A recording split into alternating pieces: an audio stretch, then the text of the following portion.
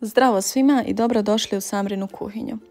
Danas pravimo najmekši jogurt jastučiće ikada, gotovi su za 10 minuta i ovo definitivno morate isprobati. Mislim da se niko ko ovo isproba neće pokajati. Detaljan popis sastojaka nalazit će se u opisu videa, a kroz sve sastojke proći ćemo i kroz sami video, kojih je zaista jako malo. U zdjelu dodajem jedno jaje i malo ću ga umutiti mutilicom. Zatim dodajem 250 ml jogurta.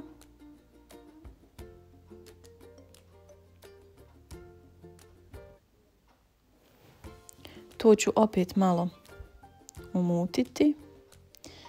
Nakon toga dodajem jednu supenu kašiku soli. I za kraj postepeno dodajem brašno i jedan prašak za pecivo. Sve dok ne dobijem glatku smjesu, otprilike će vam trebati 400 do 450 grama brašna. Ja sam na početku tijesto mijesila drvenom kašikom, a kasnije sam prešla rukom. Dakle, tijesto je potrebno mijesti sve dok ne dobijete glatku ujednačenu smjesu.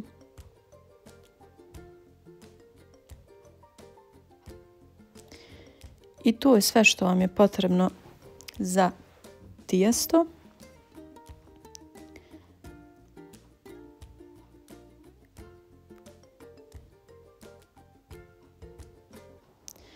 Ne moraju se pršiti u dubokom ulju, iako sam ja ovaj put možda stavila i više ulja nego što je tu potrebno.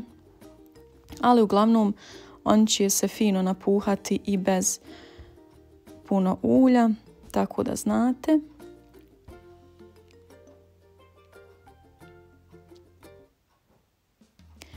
Nakon što fino izradim tijesto, dakle nije potrebno ništa čekati, nego ga možete odmah pripremati, odnosno odmah možete peći vaše jogurt jastučiće.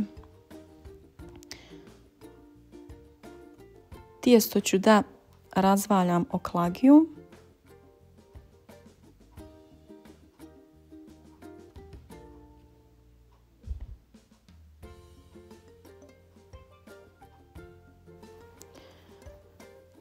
Pazite da tijesto ne razvaljate previše tanko, otprilike na neku debljinu prsta, kako bi se oni mogli fino napuhati tokom pečenja.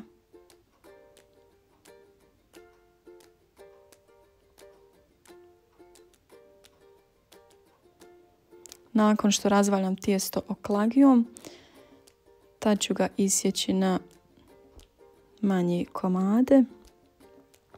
Možete ga isjeći na oblike kakve želite ili veličine koje želite.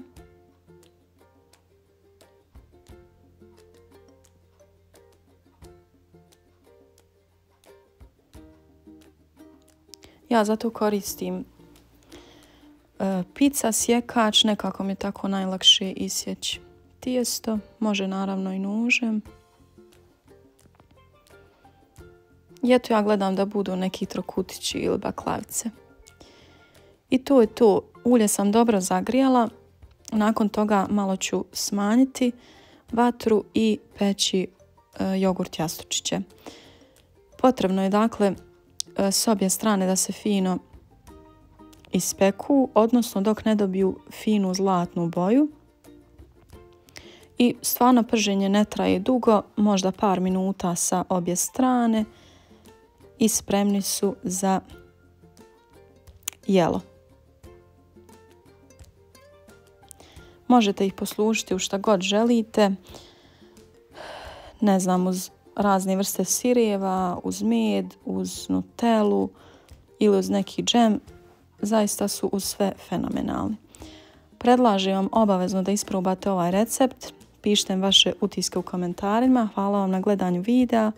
Pretplatite se na moj kanal i do sljedećeg puta prijatno!